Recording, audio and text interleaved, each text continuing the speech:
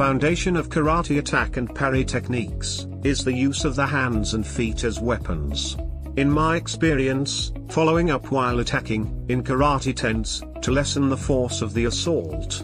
In karate, advancing toward the target is not required in order to increase the force and speed of the punch. If the adversary misses the objective, the karateka will continue ahead and put themselves at risk of a counter-attack. Because this will lessen the effect of the movement strike performed, the majority of karateka are highly powerful. In strikes that travel short distances, in a straight line and create great impact, force and fast speed.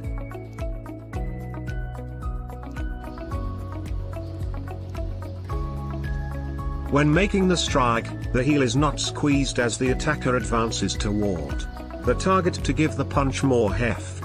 At first sight, the approach described above appears to be basic to use, however this is not the case. The ideas mentioned above, which are all based on the physics and biomechanics of the body, enable the karateka to deliver very intense punches, kicks, and parleys. Long before the development of modern physics and biomechanics as we know them today, methods passed down inherently from senpai to karateka were the subject of programmed drills. It should be remembered that karate is derived from Chinese martial arts, and that it incorporates ideas from internal martial arts.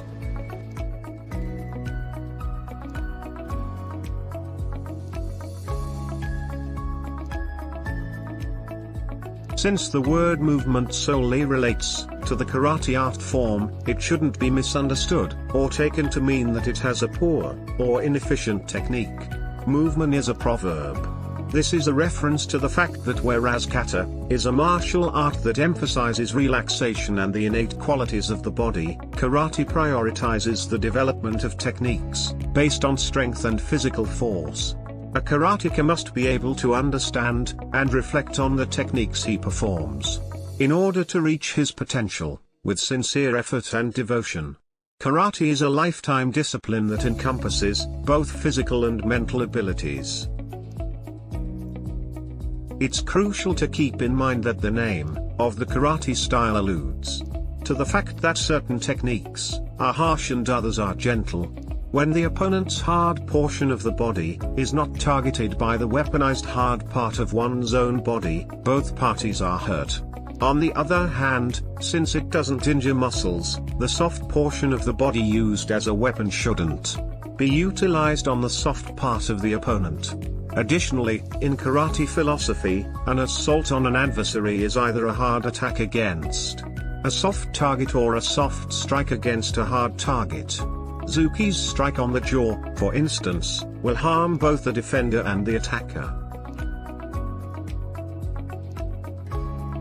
If we employ the assault with the heel of the foot to the jaw of the karateka, we will harm the attacker rather than ourselves when attacking. The fundamental assaults include punches, kicks, and parries. Each technique needs regular practice to become proficient. I then go on to describe the three Kihon kusins physics. 1. Parry or pronounced uke. The Japanese word for block is uke, which literally translates to receive, thus the karateka receives the strike from the opponent. In karate, we have several types of parry to defend against the opponent's attack. The basic deflection in general is the upper deflection, or introduced Age Uke. The deflection from outside to inside is known as Soto Uke, or Ud Uke. The deflection from inside out is known as Uchi Uke, and the downward deflection is known as Kten Barai. It is up to us what to do with this attack and the energy involved. When playing Age Uke, the fists should be in front of and above the head, the elbows should be elevated, and the forearms and palms should face the front of the body. This increases the movement's efficiency by allowing the arm to rotate at the last parry. Any blocked strike should tend to slip off the blocking arm and away from the center if the forearm is inclined downward. Uchi Uke is based on the arms moving from the inside out of the body parallel to the shoulders, with the elbows bent at roughly a 100-degree angle and one fist separating them from the body, in order to make sure that the forearm muscles are stiff when the method is used. The fists, wrists, are twisted away from the body.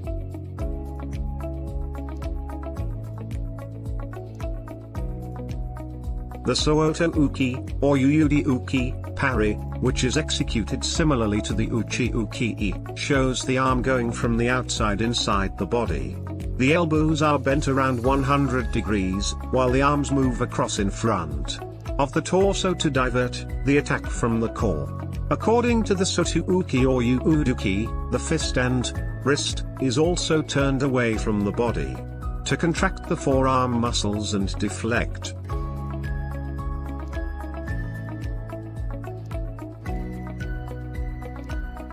Parry is unique since this parry's alignment is specifically tied to the thigh. The palms of the forearms should be towards the feet and should be parallel to the thighs. Therefore, the height of the beam will change depending on attitude. The elbow joint is expanded by directing the fist all around the body, which is essential to the success of Parry. The fist starts from the side of the opposing ear. The forearm and hand cover a significant amount of ground during the mechanical action of the body, hence Parry has a lot of energy. This fundamental alignment guarantees the technique's fluidity and explosiveness, as well as its biomechanical effectiveness.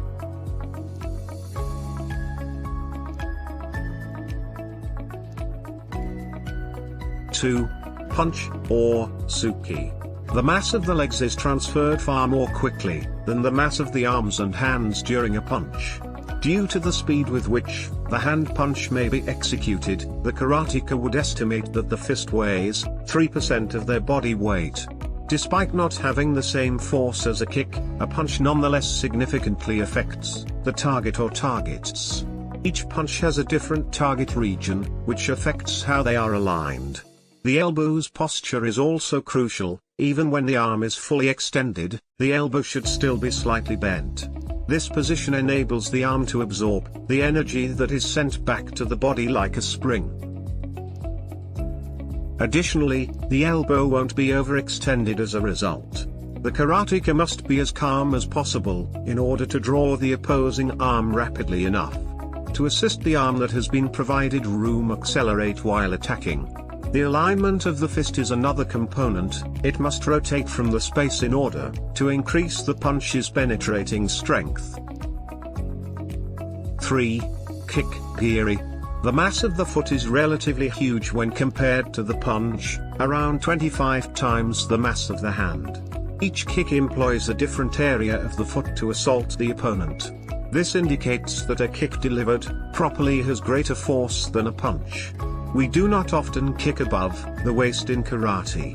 It is simpler for the attacker to unbalance the defense the higher the attack. With the legs, the higher the center of gravity, and the more unstable the person is. Except for the groin kick, which employs the distal, side, section of the foot, all kicks in karate include the ball of the foot. Toes are pulled back using the ball of the foot, which serves two important purposes: A, ensuring that the toes are not in an injured position, and B, ensuring that the ball of the foot is in its strongest position for the impact of the blow with the middle and upper kick. The foot must be raised upward and pointed toward the body using the ball of the foot. Another important step is to lift the knee. The height of the last kick is inversely proportional to the height of the knee. Strength and flexibility are necessary for this, which will be covered more in this essay. Similar to the punch, the foot must have freedom to travel before the technique is used, since doing so will increase the kick's speed and power. Always keep your legs slightly bent, in addition to serving as shock absorbers. For the energy in their return, the feet can help prevent the knees from becoming overextended.